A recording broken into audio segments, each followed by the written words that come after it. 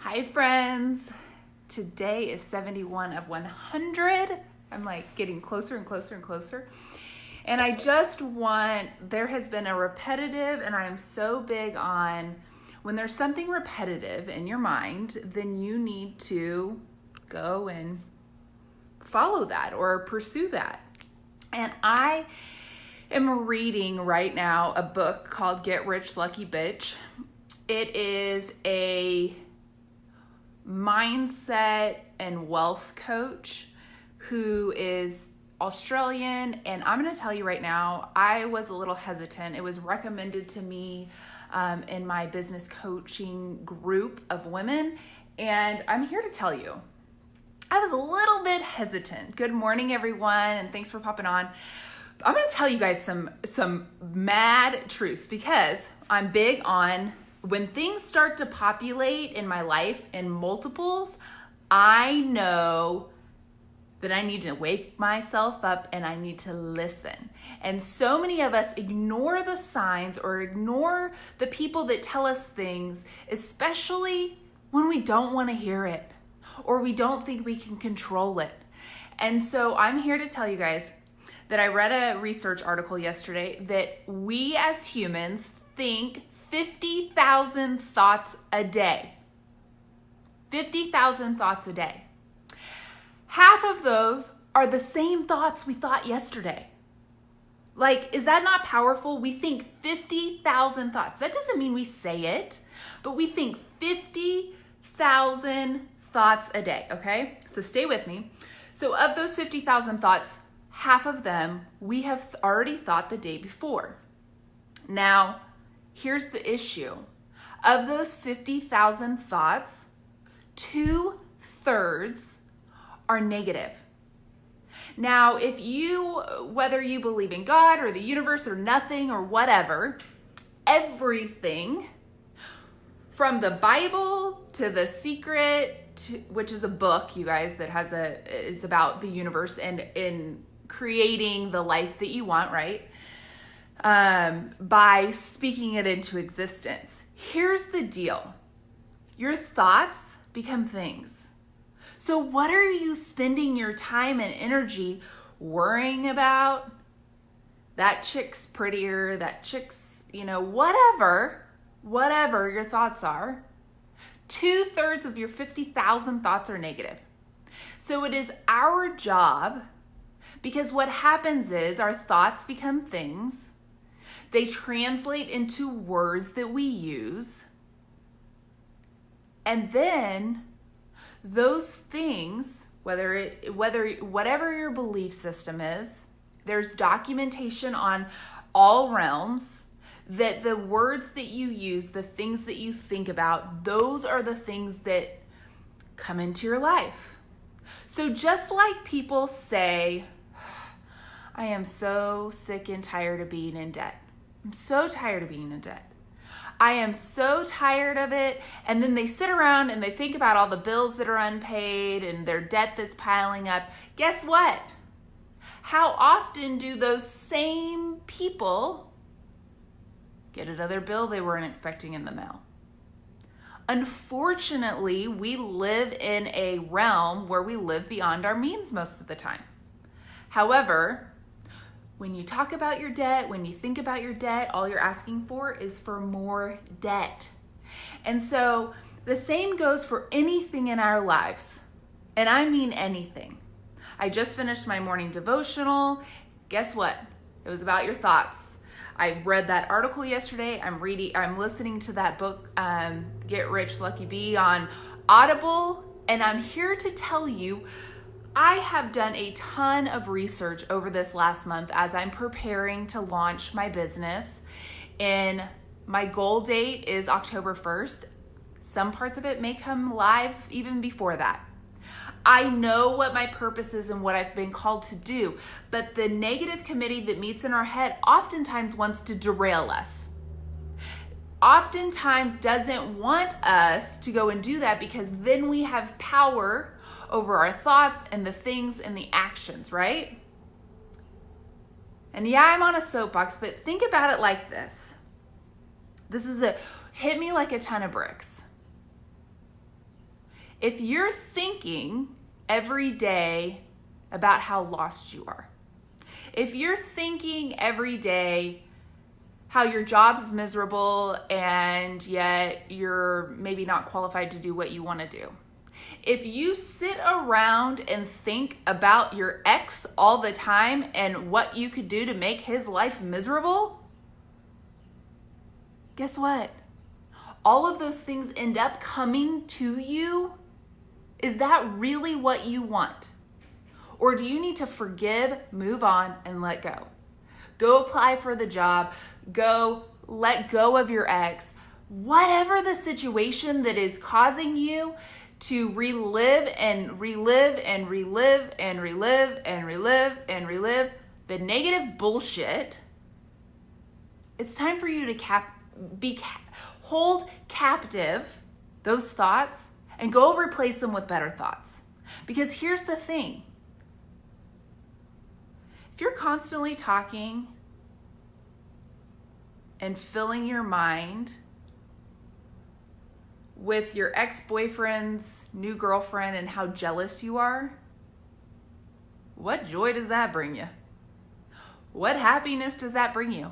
Maybe short-lived satisfaction.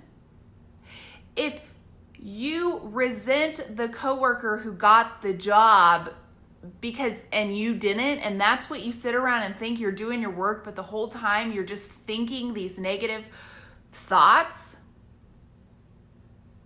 I don't care what you do, whether you read the Bible, you meditate, you seek a counselor, you go to, emotion coding therapy, you go to something that, hypnosis or acupuncture, whatever you believe in and need to flip and do, go get yourself in order and captivate your thoughts so that you can start, I'm going to tell you what's going to happen though, so that you can start to get control of your negative mindset and flip the switch. What's going to happen at first is you're going to face resistance. You're going to be fearful. Things are going to come at you. But I promise you, if you stay the course, good things are going to happen. What do you really want in life? Surely it's not to live in the past, or a relationship that didn't work, or a job that didn't work, or that in hatred for others. Go get yourself in control. If that means you got to go in your closet and get on your knees and pray. If that means that you got to open up your Bible that's not been opened in 30 years. If that means that you have to go seek some spiritual healer or whatever you need to do, go flip and do it, because I promise you that your life will start to be brighter and better and more exciting. And I got hung up last month. I'm not gonna lie. There was an instance that occurred where I read something about me. And the person wasn't shooting arrows at me. They were trying to shoot arrows to make me look bad to another person.